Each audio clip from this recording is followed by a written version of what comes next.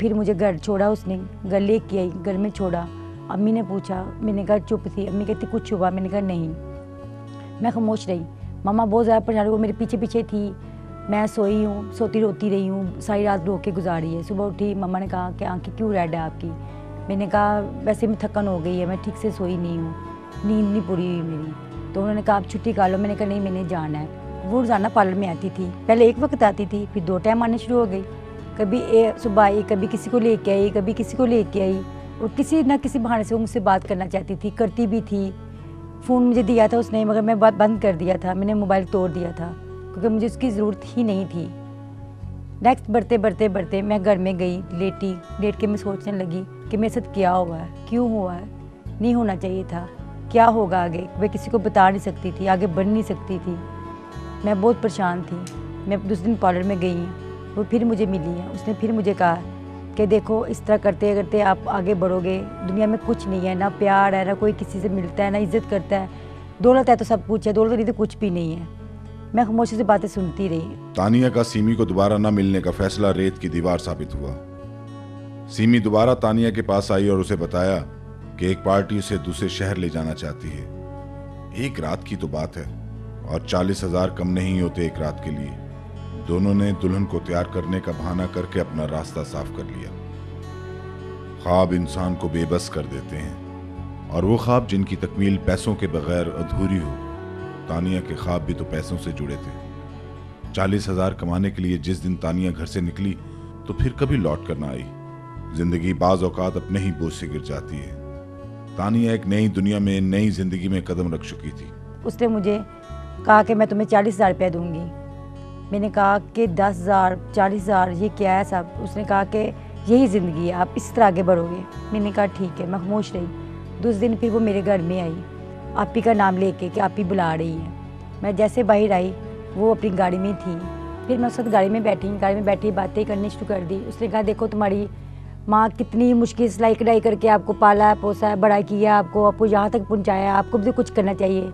मैंने कहा उसके लिए ये है। कहती इस तरह आप मेहनत करोगी, इस तरह करोगी तो आपका अपना पार्लर तो नहीं है, आप किसके पार्लर में कर रही हो, आपको क्या है, आपको तो एक सैलरी मिलेगी, 1,000 नहीं तो 1,500 दे देंगे आपको, इससे ज़्यादा तो मिलेगी नहीं। मैं भी सोच में पड़ गई। फिर उन्होंने कहा कि आप कुछ लेंगी? मैंने कहा नहीं। उन्होंने कहा आप कोल्ड ड्रिंक ले लो। गर्मी थी, काफ़ी गर्मी में फील कर रही थी। मैंने कहा ठीक है। मैंने उनसे कोल्ड ड्रिंक ली, मैंने पी जैसे कि मुझे नशा होना शुरू हो गया। जैसे मुझे नशा होना शुरू हो गया, मैंने कहा इसमें क्या है? कहती कुछ नहीं है, मैंने भी तो पी है ना। उसको आदत थी, मुझे आदत नहीं थी। ठीक है। उसके बाद हम लोग गए हैं। मैंने कहा मैं बहुत ज़्यादा मुझे नींद आ रही है, तो उसने मुझे कहा कि हम लोग स्टे किया। उसे स्टे किया, एक होटल में किया। फिर हम लोग एक कमरे में गए। हम कमरे में बैठे हैं। हम लोग कुछ देर हुई तभी बैठे बात कर ही रहे थे कि 2 जेंट्स अंदर आए तो उनसे बात करने लगे। एक के साथ वो चली गई, एक उसी रूम में था। वो मुझसे इजहार मोहब्बत करना शुरू हो गया कि मैं आपसे प्यार करता हूँ, मैं आपकी लाइफ को बचाऊँगा, मैं आपसे शादी करूँगा, मैं आपकी ज़िंदगी आगे बढ़ाऊँगा। मगर मैं उस पर बिलीव नहीं कर सकती थी। किस तरह मैंने बिलीव नहीं भी किया, मगर वो बहुत बातें करता रहा। इसके बाद वो मैं नशे में थी। फिर उसने भी मेरे साथ बदतमीज़ी की, ज़्यादती की, मगर वो मुझे ये कहता है मैं तुझसे शादी करूँगा। मैं काफ़ी परेशान हुई। इतने में भी आई है, सिमी आई है। सिमी से मैंने कहा ये हुआ वो हुआ। कहती कुछ नहीं होता, एक बार भी वही है, 2 बार भी वही है, 3 बार भी वही है। ठीक है। मगर मैंने कहा तो कि मेरी ज़िंदगी तो बर्बाद होगी ना, मैं क्या करूँगी, किसको बता भी नहीं सकती, कर भी नहीं सकती। मेरी लाइफ चलती रही ऐसे। मैं घर में गई हूँ, एक दिन उसका फ़ोन आया फिर मुझे। उसने कहा एक अच्छी पार्टी है, पार्टिसिपेट करने हम लोग चलते हैं, चलो मेरे साथ, तुम्हें अच्छा लगेगा। मैं उसके साथ गई हूँ। वो आई है, फिर वैसे ही आई है, गाड़ी में आई, मैं बैठी हूँ, साथ चली गई हूँ। एक हम गए हैं, वहाँ पे गए हैं, तो हम लोग अंदर गए हैं, बैठे हैं, थोड़ी देर बातचीत की है। ठीक है। वहाँ पे 2 लेडीज़ थी, वो आई है, वो बैठी मेरे पास। खाना खाया हम लोगों ने सब ने मिल के खाया। उसके बाद फिर मुझे कुछ पता नहीं है। तानिया की तरफ घुंघरू उछाले गए और नाचने के लिए कहा गया। तानिया बहुत रोई। अपनी जिंदगी के लिए उसने बहुत दुहाई दी, मगर उसकी किसी ने ना सुनी, क्योंकि उन लोगों के ऊपर तक ताल्लुकात थे, और तानिया इस बाजार में किसी को न जानती थी। जब मैं होश में आई हूँ तो मैंने क्या देखा कि एक कमरे में मैं बैठी हूँ, अकेली लेटी हुई हूँ। मैं बैठी, उठ के देखा, दरवाज़ा खोलने की कोशिश की, दरवाज़ा नहीं खुला। मैंने काफ़ी खटखटाहट किया, नहीं, मगर मुझे अंदर से कोई घुंघरू की आवाज़, कोई नाचने की, म्यूज़िक की आवाज़ें आ रही थी। मैंने नॉक किया, काफ़ी नहीं कोई आया। फिर बाद में उसने दरवाज़ा खोला, 3 लड़की अंदर आई है, आके बैठी है, तो मुझे कहती है आ जाओ, बाहर आ जाओ। मैं बाहर गई, बाहर भी काफ़ी लड़की थी, सभी नाच रही, गा रही थी, बहुत खुश थी। मैं उनको देख के हैरान हो रही थी, यार ये कैसे रह रही है, कैसे सोच रही है, कैसे खुश है। मैंने उनसे कहा भी है, वो कहती यही लाइफ है, हम लोग तो बर्बाद हो चुके हैं, तो अब हमारी यही ज़िंदगी है। मैं बहुत परेशान होगी, मैंने कहा ये क्या हो रहा है। मैंने जाने की कोशिश की, मैं जा नहीं पाई। फिर वहाँ पे जो और थी, वहाँ की जो मैडम थी, ओनर जिसे कहते हैं, वो उसका नाम तमन्ना था। तमन्ना मेरे पास आई, उसने बड़े प्यार से मेरे सर पे हाथ रखा, उसने कहा तुम मेरी बेटी हो, ठीक है, अब तुमने यहीं पे रहना है। मैंने कहा मैं क्यों रहूँगी, मैं यहाँ पे नहीं रहूँगी, मैं जाऊँगी। वो कहे जहाँ पे जो भी है सब तुम्हारी बहनें हैं, यही सब तुम्हारी है, मैं तुम्हारी माँ हूँ। मैंने कहा नहीं, मैं अपनी माँ के पास जाऊँगी, मैं आपके पास नहीं रहूँगी। उसने मुझे काफ़ी समझाया कि अब तुम्हारी यही ज़िंदगी है, यही घर है। काफ़ी मेरे बोलने के बाद, रोने के बाद, बहस करने के बाद उसने बताया कि वो तुम्हारी कीमत वसूल कर चुकी है, वो जहाँ से जा चुकी है। मैंने कहा को अब मुझसे मिला जाएगा, अब मिल नहीं सकती, तुम यहीं पे रहोगी। मैं काफ़ी रोई, काफ़ी की, लड़की सारी मेरे पास बैठ गई, वो भी परेशान हो गई, मगर वो यही कहती थी कि कोई हल नहीं है, आप किसके गलत के हाथ आ गई और गलत जगह पे आ गई, अब यहाँ से अब कभी भी नहीं जा सकती। मैं काफ़ी रोती रही, चिल्लाती रही, उनसे कहती, मगर कोई सुनने वाला था ही नहीं वहाँ पे। इसी तरह फिर मैं वहाँ पे रहना शुरू कर दिया। मैंने ज़िंदगी मेरी गुजरती गई। वहाँ पे सब लड़कियाँ थी, एक घर जैसा माहौल मिल गया, मगर वहाँ पे लोग आते थे, तरह तरह के कस्टमर आते थे, अमीर से अमीर आता था वहाँ पे, बिगड़े हुए आते थे, एजेड आते थे, हर तरह आता था। हम लोगों का काम था उनसे अच्छी तरह मुस्कुरा के बात करनी, उनका दिल बहलाना, और जितने भी वहाँ पे जो भी करते थे, जो भी वहाँ पे आता था, सब वो तानिया मैम लेके जाती थी। हमें सिर्फ इतना था कि हमें ड्रेसिंग दे देती थी, खाने के लिए दे देती थी, ठीक है, बस। इसके अलावा हम ना कहीं जा सकते थे उसकी मर्ज़ी के खिलाफ, और ना ही हम लोग आगे चल सकते थे। यही तक उसके साथ साथ ही हम चलते थे, जैसे वो कहते हम लोग करते थे।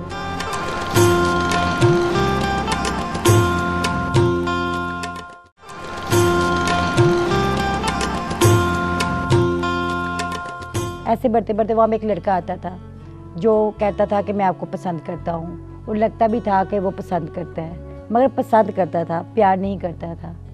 जो प्यार करते हैं वो कुछ और तरह के होते हैं, मगर वो कहता था मैं आपसे प्यार करता हूँ, मैं आपसे शादी करना चाहता हूँ। मैंने कहा ठीक है। उसकी बातें सुनती रहती, जैसे वो चाहता था मुझे यूज़ करता था, मुझसे बातें करता था, मिसप्लेस में से बहुत सारी करता था, कहता कुछ था, करता कुछ था। जो मुझे कहता था सेम वो अपने घर वालों से भी। बाद में मुझे पता चला कि वो मैरिड है, उसके बच्चे हैं, उसकी लाइफ है, ठीक है, मगर वो कहता था कि मैं उसे लाइक नहीं करता, मैं आपको लाइक करता हूँ। मैंने उसे काफ़ी समझाया, मैंने किया कि आपकी अपनी लाइफ है, अपनी लाइफ में खुश रहो, मगर वो कहता था नहीं। इस तरह मुझे कहता मैं शादी करूँगा, बढ़ते बढ़ते काफ़ी बढ़ गए। उसके बेटे थे, फिर बेटी थी, फिर बच्चे, इस तरह वो बच्चों में फैमिली में खुश था अपने। मगर मुझे इस तरह कहता कि नहीं मैं खुश नहीं हूँ, ठीक है। मुझे लगा कि वो मुझसे प्यार नहीं करता, ये मुझसे शादी नहीं करेगा। एक दिन मैंने उसे खुद कहा कि आप मुझसे ना निकाह कर लो। वो कहता कि नहीं ना, अभी नहीं। मैंने कहा कर लो। कहता नहीं, निकाह नहीं हो सकता, ये नहीं हो सकता, वो नहीं हो सकता। मैंने कहा ठीक है, निकाह नहीं हो सकता, मगर ये कि जो आप मुझसे कर रहे हो वो ठीक है। तो वो कहने लगे कि नहीं, ये भी है, वो भी है। फिर वो कहने लगा तू अपनी औकात पे उतरा कर लो, तुम्हारा तो काम ये है, ऐसे है, वैसे है। मैंने उसे कहा कि नहीं, इस तरह नहीं होता। फिर मैंने सोचा कि जहाँ मैं पार्लर में होती थी वहाँ पे भी तरह तरह की औरतें आती थी, कहती कुछ थी, करती कुछ थी, ठीक है। अब यहाँ पे आई हूँ, यहाँ पे तरह तरह के मर्द आते हैं, वो औरतें औरतों के पास आती है, औरतें के पास मर्द आते हैं, कहते कुछ है, करते कुछ है, बड़े सब्ज़ बाग दिखाते हैं, बड़ी बातें करती है, आसमानों पे लेके जाते हैं कि ये करेंगे, वो करेंगे।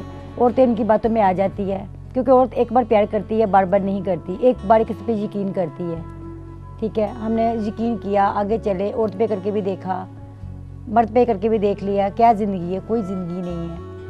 इसी तरह हम लोग चलते जा रहे हैं आगे, कुछ पता नहीं है कहाँ रुकना है, कहाँ नहीं रुकना। अब बिगड़ी औलाद है, माँ बाप की, अमीर घरों के लड़के हैं, शराबी पी होती है, स्मोकिंग करते हैं, तरह तरह के नशे करते हैं, ठीक है। उनको खुद नहीं पता हम लोग कहाँ पे हैं, माँ बाप को कुछ भी नहीं पता क्या कर रहे क्या नहीं कर रहे। इस तरह लाइफ चलती जा रही उनकी, और वो लड़कियों को बर्बाद कर रहे हैं, किसी को शादी के काबिल उन्होंने छोड़ा। आगे इस तरह जा रहे हैं जैसे उनके लिए हम लोग गाजर मूली हैं, ठीक है। पाँव के नीचे वो रोंद के जा रहे हैं, अपनी लाइफ के लिए वो सब कुछ समझ रहे हैं, और हमारी लाइफ कुछ भी नहीं है। उसे कई साल हो चुके हैं, अब तो उसकी माँ भी जिंदा नहीं रही। बेचारी जिंदा रह के क्या करती? जिंदा रहती तो आंखें दरवाजे की चौखट पर जमाए बैठी रहती कि शायद किसी रोज उसकी तानिया वापस लौट आए। जिंदगी तो चल रही थी, देख रही थी, महसूस कर रही थी, मगर मुझे अपनी अम्मी की कमी बहुत महसूस होती थी। हर वक्त मैं गहराई से सोचती थी वो कैसी होंगी, बीमार तो नहीं है, ठीक है, वो तंदुरुस्त है कि नहीं है, उनको संभालने वाला कोई नहीं था, भाई बहुत छोटा था। मैंने उनसे कहा कि मदर का पता करें, उन्होंने कहा कि हम करते हैं। मैंने फिर बहुत कहा क्योंकि मुझे अपनी मदर बहुत याद आती थी। मैं अक्सर उनको देखती थी, महसूस करती थी, क्योंकि उनके लिए तो मैंने ये कदम उठाया कि मैं जॉब करती हूँ और जॉब से मेरी ज़िंदगी क्या से क्या हो गई। मैंने काफ़ी कहने के बाद उन्होंने पता किया। जब उन्होंने पता किया तो उन्होंने बताया कि उनकी डेथ हो गई है। जब मुझे ये पता चला कि उनकी डेथ हो गई है, जिनके लिए मेरी ज़िंदगी सारी बर्बाद हो गई, तबाह हो गई, क्या ज़िंदगी रह गई। छोटा भाई था, वो भी पता नहीं कहाँ है कहाँ नहीं है। बढ़ते बढ़ते क्या करूँगी मैं, कैसे रहूँगी, कुछ समझ में नहीं आया। क्योंकि आखिरी बार मैं उनका मुँह भी देख नहीं सकी, उनके लिए मैं कुछ बात भी नहीं कर सकी। माँ होती तो उनके गले लग के रोती, शेयरिंग करती कि मुझे ये तकलीफ़ है, मैं क्या करूँ क्या ना करूँ, क्योंकि माँ के साथ बहुत बहारें होती है। माँ जैसी भी हो, माँ माँ होती है। औरत बिकती आई है और बिकती रहेगी। ये खेल कब शुरू हुआ कोई नहीं जानता, और कब खत्म होगा ये भी तो कोई नहीं जानता। ऐसा होता कि अपनी माँ से कुछ छुपाया ना होता। काश कि मैं उनको सब कुछ बता देती, आज मैं इस मोड़ पे ना होती। काश ऐसा होता कि मैं उसके गले लग के रोती, उससे बताती कि देख मेरे साथ क्या हो गया। मगर अब मैं किसके गले लग के रोऊंगी या किसको बताऊंगी, कुछ भी नहीं कर सकती। अब मैं अकेली हूँ और अकेली ही रहूँगी। लोग कहते हैं इंसान मरकर दूसरी दुनिया में जाता है, मगर मैंने इस ज़िंदगी में दो दुनिया देख ली है, एक अपनी माँ के घर की और एक इस मंडी के घर की देख ली है। यहाँ पे बहुत शरीफ लोग आते हैं, मगर कोई शरीफ नहीं होता। ये ऐसी दुनिया है कि इसमें इंसान डसता ही जाता है। जैसे दलदल में हम जाते हैं, डसते ही जाते हैं, सेम इस तरह में जाते जाएंगे। ये ना हमारी है, ना आपकी है, ना किसी की है। तानिया को आज एक ही बात का दुख है कि वो माँ को मरने से पहले आखिरी बार ना देख सकी, माँ के गले लगकर ना रो सकी। आज रोते हुए वो एक ही बात कहती है कि माँ तो माँ होती है। हम लोग समझ नहीं पाए। अब जब माँ के लिए आगे बढ़ी थी कि चलो, ये माँ को बताया भी नहीं था, उससे शेयरिंग भी नहीं की थी कि क्या हुआ है क्या नहीं हुआ। अब मैं यहाँ पे हूँ, किसको कहूँगी, उसकी कब्र पे जाके कहूँगी, उसे कहूँगी, क्या करूँगी। मेरे लिए तो कोई भी नहीं है, मेरा तो ऐसा कोई भी नहीं जिससे मैं गले लग के रोऊँ, बात करूँ। एक माँ थी, वो भी पता नहीं कितनी दुखी होकर मरी है, क्या क्या सोचती होगी। बस यही रह गई है कमी।